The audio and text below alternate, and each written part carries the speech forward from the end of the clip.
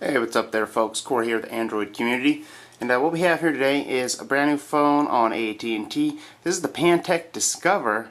A lot of people might not know too much about this little handset, but it's actually pretty impressive all around as far as software, hardware specs, and definitely price. So what we have here, I'm not sure if you guys have heard too much, Pantech Discover.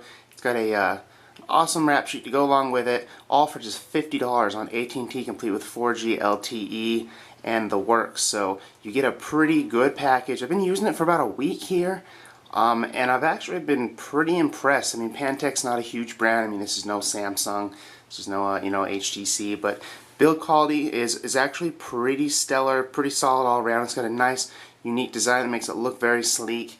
And then you're wondering, oh, what is this big hump on the back? And what that is a 12.6 megapixel camera, as well as stereo speakers that actually get relatively loud and were quite impressive with daily use. So we did enjoy that. But as we go ahead and go through everything, we got Android 4.0 ice cream sandwich running on this, which is probably the only downfall to the Pantech Discover.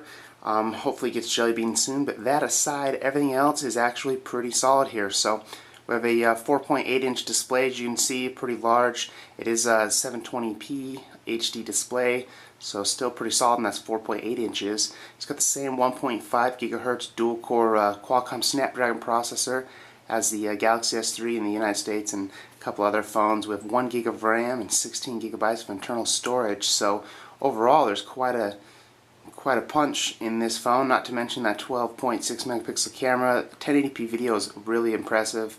And then up top there's a 2 megapixel front facing shooter. Then we have a 2100 milliamp hour battery. That's probably the other weakness maybe, which is still pretty decent, but it could be bigger. And then a micro USB port down there on the bottom. And as we kind of wrap around here, it's got this very nice soft touch design all around, and then this little aluminum bezel. Then we have volume rockers over here, and one of those two stereo speakers. They might look a little weird, the stereo speakers, but they sound excellent. And they really are loud and pretty impressive. I know a lot of people wish smartphones had better, audio, and this is certainly one that will deliver that if you'd like that. So up top, that 3.5mm headphone jack, kind of weird looking power button. That is the power button, and then as you come around the other side, there's the second stereo speaker, and a very clean design. Makes it seem very sleek looking at it with the way they've designed it. I'm kind of digging it. But as we go ahead and go in here, this is Android 4.0 ice cream sandwich, but they've definitely changed just about everything. So aside from a couple of the small tweaks, I mean, if this was stock Android, this would be an awesome phone. But right off the bat here, they have a little bit of a chime. You can turn that off, but as you can see on that lock screen, there's multiple options from the camera and messaging and phone calls and browser, and it's just slide directly in there and you're right where you needed to go. So that's just one thing they've done with the software. And then as you can see here on my home screen, everything's laid out pretty similar, but down below with the apps and the app tray as usual, you launch in there and you have your app tray, and you can go in and go through groups and edit them if you'd like to move them around or hide some. But what is a little different too is down here you can actually slide around and add more. So what they've done is really just kind of enhance the software to give you even more options. Some might ask why that's necessary to have this tray sliding around to add more apps here when you can just do them all on your home screen. But if you like the idea, it's kind of neat. Go in there, add what you like, and you can put them on the home screen anywhere or in this little tray as well, kind of like a lot of those stock launchers we've seen in the past. And then go ahead and slide this down, and this is the notification bar. It is kind of, don't want to say ugly, but it's not the prettiest design. I mean, they could have done a little bit better with the look here. It's gray and orange, and the settings button looks a little jam-packed in there, kind of hard to hit. And then when you go ahead and flip through all the settings here, they're pretty standard. Going to Wi-Fi, or go down here to About Phone. Check that Android version. It's Android 4.0 ice cream sandwich. But let's see here. So another thing that's interesting is, just like on this launcher on the app tray, when you go into the web browser, it does come with Chrome installed all out the gate. But when you go into a web browser here, I'm in Android community.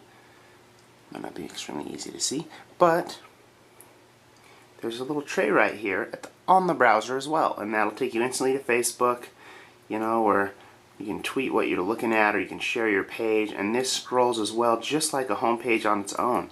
So you can instantly get to settings here. You can instantly get to a couple of your shortcuts for quick and easy and fast web browsing. Instead of going all the way to the top and finding, you know, your bookmarks or anything, you just pull this little bar up and it's right there.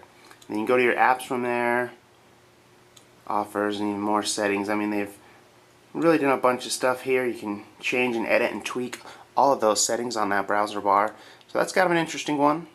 But as far as that, you can see clearly we have the on-screen navigation buttons. Being a 4.8-inch device, it actually isn't very large. I do have, you know, a lot of phones that are smaller screens that are actually bigger, like the, you know, Motorola Droid Razr HD. The screen's not quite as big as this, but the actual phone in general is bigger. So, and let's see here. Other than that, here come in your usual multitasking with Android 4.0. This does run on AT&T with their 4G LTE network, and it's been pretty blazing fast here for us, you know, in Vegas. But see if we can give you a quick sample of those speakers.